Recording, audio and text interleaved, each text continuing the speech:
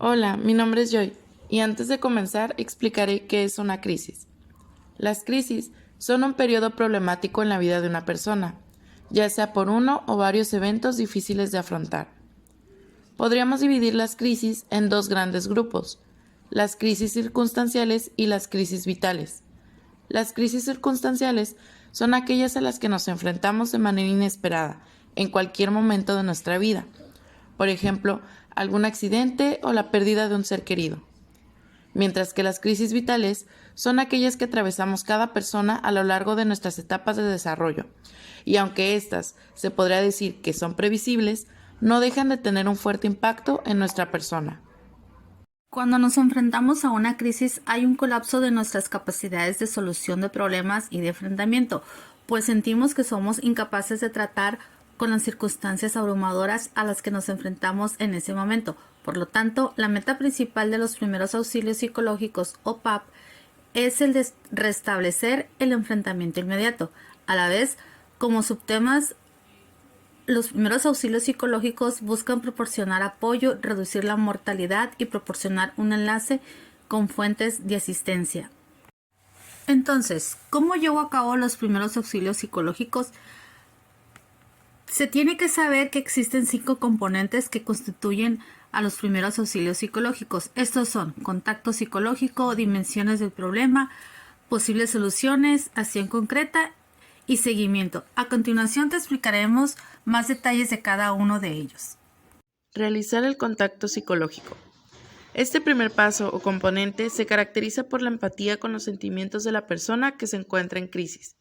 Implica escuchar de modo empático, es decir, escuchar tanto los hechos como los sentimientos. Este es el momento para escuchar y dar un control calmante ante la situación intensa. El objetivo es que el paciente se sienta comprendido, aceptado y apoyado, así como también reducir la intensidad del aturdimiento emocional y reactivar las capacidades de resolución de problemas. ¿Qué hacer y qué no hacer durante el contacto psicológico? Escucha de manera cuidadosa y atenta a la persona que lo necesite. Refleja sentimientos y hechos. Comunícale a la persona una actitud de aceptación y de apoyo. Recuerda, no contar tu propia historia, pues este no es el momento adecuado. Tampoco ignores los sentimientos o los hechos por los que está atravesando el otro, así como tampoco debes juzgar o tomar partido. Hola, mi nombre es Irán Paulina y yo les voy a hablar del segundo componente de los primeros auxilios psicológicos, que es dimensiones del problema.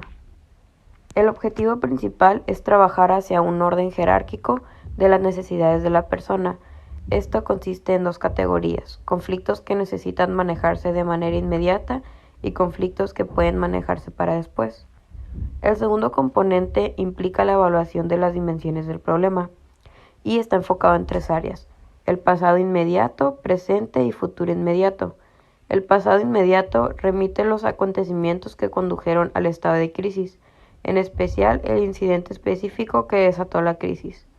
Algunos ejemplos pueden ser la muerte de un ser querido, desempleo, heridas corporales o separación del cónyuge. También es importante determinar el funcionamiento del cacique.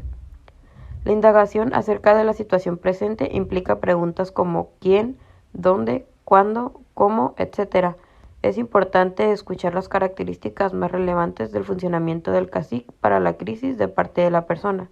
Por ejemplo, cómo se siente la persona ahora mismo, ella o él está ebrio o bajo la influencia de alguna droga ahora mismo. La atención se pone tanto en fortalezas como en debilidades durante el periodo de crisis. También se indaga cuáles son las probables dificultades futuras para la persona y su familia. ¿Cómo es el comportamiento del asistente durante la examinación de las dimensiones del problema?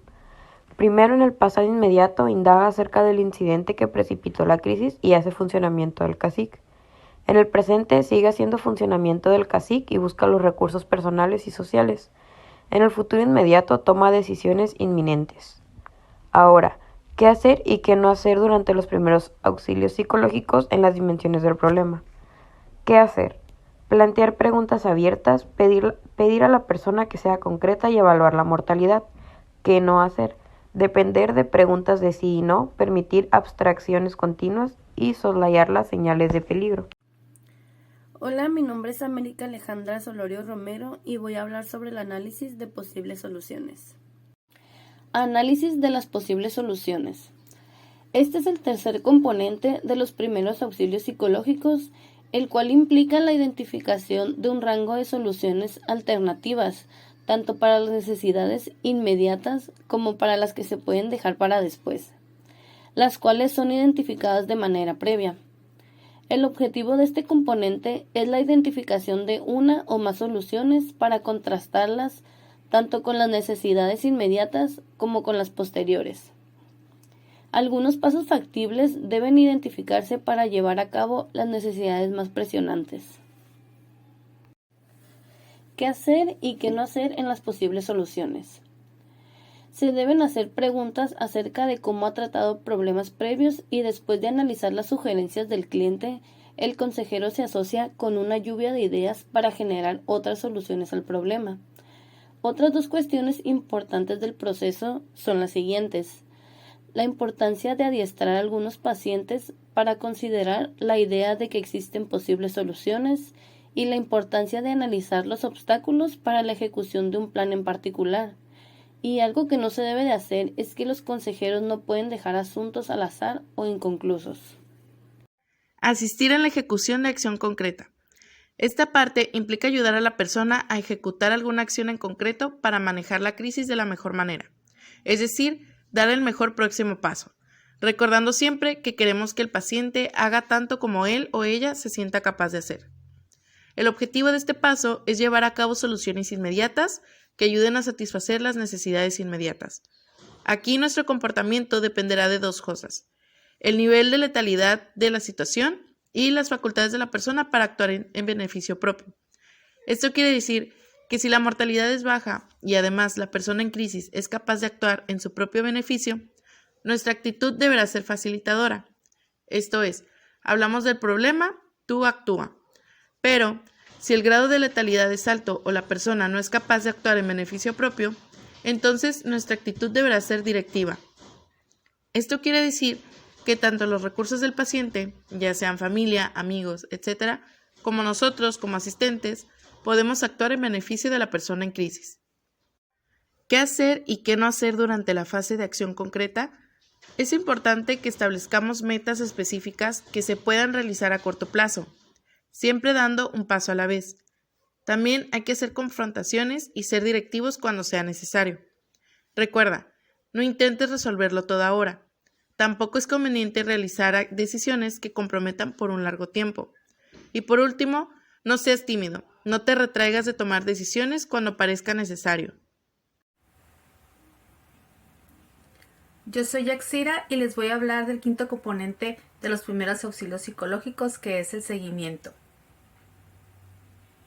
Seguimiento. Por medio de este último componente se obtiene la información que el asistente necesita para saber si el cliente tiene algún tipo de padecimiento patológico, si está tomando algún tipo de medicamento, si tiene un familiar con quien se pueda comunicar y saber en qué condiciones vive, por mencionar alguno de ellos, ya que estos datos se requieren para quien asista a la persona pueda verificar el proceso del cliente.